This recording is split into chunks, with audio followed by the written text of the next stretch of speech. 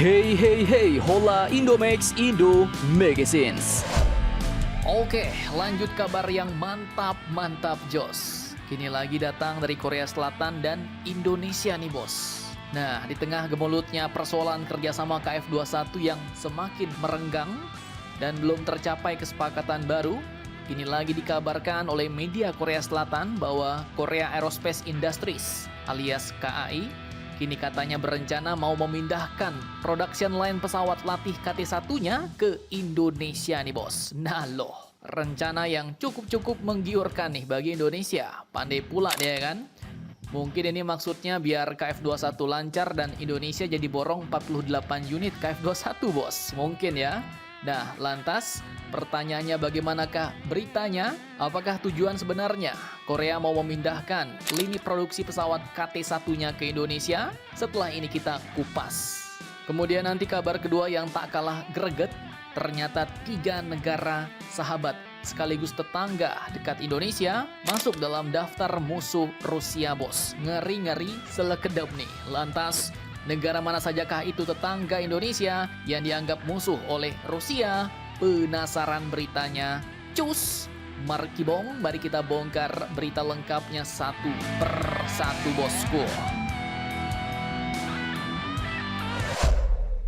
Oke, kabar pertama datang dari rencana pemindahan lini produksi pesawat KT1 dari KAI ke PT Dirgantara Indonesia bos. Nah, kabar ini pun admin kutip dari bishankook.com, media berbahasa Korea, dan kali ini admin terjemahin aja langsung ke Inggris bos. Jadi nggak perlu pakai Google Translate lagi nih. Sebenarnya ke bahasa Indonesia juga bisa, tapi terjemahannya cukup membagongkan.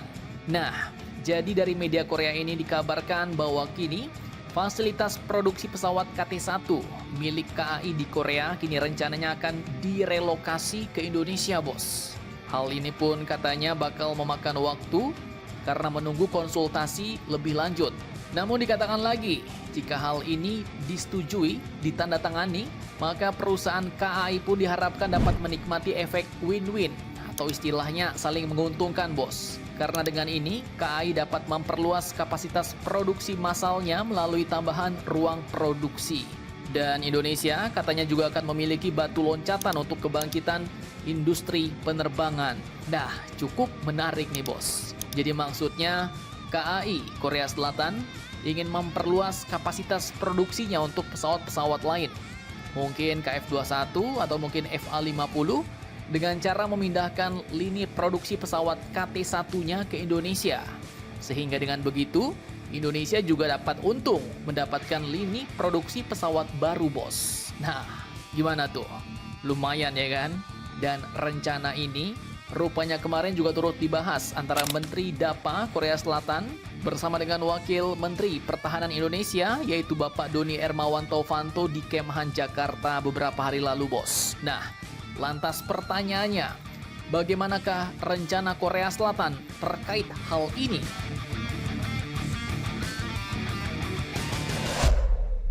Oke, dikatakan lagi dalam berita, katanya diketahui bahwa salah satu isi perundingan antara Indonesia dan Korea adalah merelokasi fasilitas produksi pesawat KT1 dari Sacheon, Korea ke Indonesia bos. Dan di masa depan, nantinya seluruh pesawat KT1 ini pun akan diproduksi di Indonesia, katanya bos. Nah, mantap Jos nih. Sehingga kalau jadi di masa depan, maka pesawat KT1 kita yang produksi semuanya di Indonesia nih bos. Nggak lagi produksi di Korea. Dan mengapa mau dipindahkan? Nah, ini katanya menurut sumber industri, fasilitas produksi KAI di Sacheon saat ini terbagi menjadi bangunan sayap tetap dan bangunan sayap putar. Namun diketahui bahwa KAI pun perlu mengamankan ruang produksi tambahan bos. Karena sulit menangani semua jalur produksi massal. Mulai dari helikopter kecil bersenjata LAH-1 Miron, kemudian helikopter serang amfibi Korps Marinir, jet tempur FA50 dan juga KF21. Sehingga untuk mencapai hal ini, KAI pun akhirnya melakukan upaya untuk memperluas lokasi produksi dengan membangun pusat penerbangan sayap putar baru di Jinju, Gyeongsangnam-do pada bulan Desember tahun lalu bos. Namun, fasilitas produksi tambahan itu pun ternyata belum cukup Sehingga katanya mereka perlu untuk mengamankan ruang produksi baru karena pihaknya menangani berbagai pesawat. Termasuklah katanya KF-21, FA-50, KT-1, dan juga F-15K dalam jumlah yang dialihdayakan di gedung sayap tetap. Nah, jadi itu dia bos alasannya. Pesawatnya banyak tapi ruang produksinya saat ini masih terbatas. Dan kali ini, menurut rencana, negara yang dipilih adalah Indonesia. Dan ini maksudnya ya mungkin sekalian lobby-lobby lah untuk KF-21. Karena dikatakan lagi di bawahnya bahwa pihak Korea kini masih sulit menentukan bos, apakah Indonesia akan benar-benar membeli 48 jet tempur KF-21 buatannya atau tidak. Nah, bagaimana menurut kalian nih bos? Apakah penawarannya mantap atau kurang mantap nih? Silahkan kalian cocor-bacor di kolom komentar.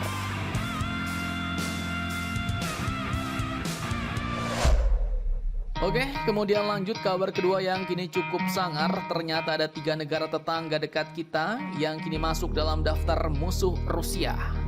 Sedangkan Indonesia, kita dengan 3-tiganya bersahabat nih. Mantap jos. Admin kutip dari Sindo News, 3 negara tetangga kita yang masuk dalam daftar musuh Rusia ini pun tak disangka-sangka, yaitu mulai dari Jepang, Korea Selatan, dan juga tetangga kecil dekat kita yaitu Singapura bos. Nah loh, cukup selekedap nih. Dikatakan bahwa dengan Jepang, Rusia pun kini sebenarnya belum pernah menekan perjanjian damai sejak Perang Dunia II dulu bos.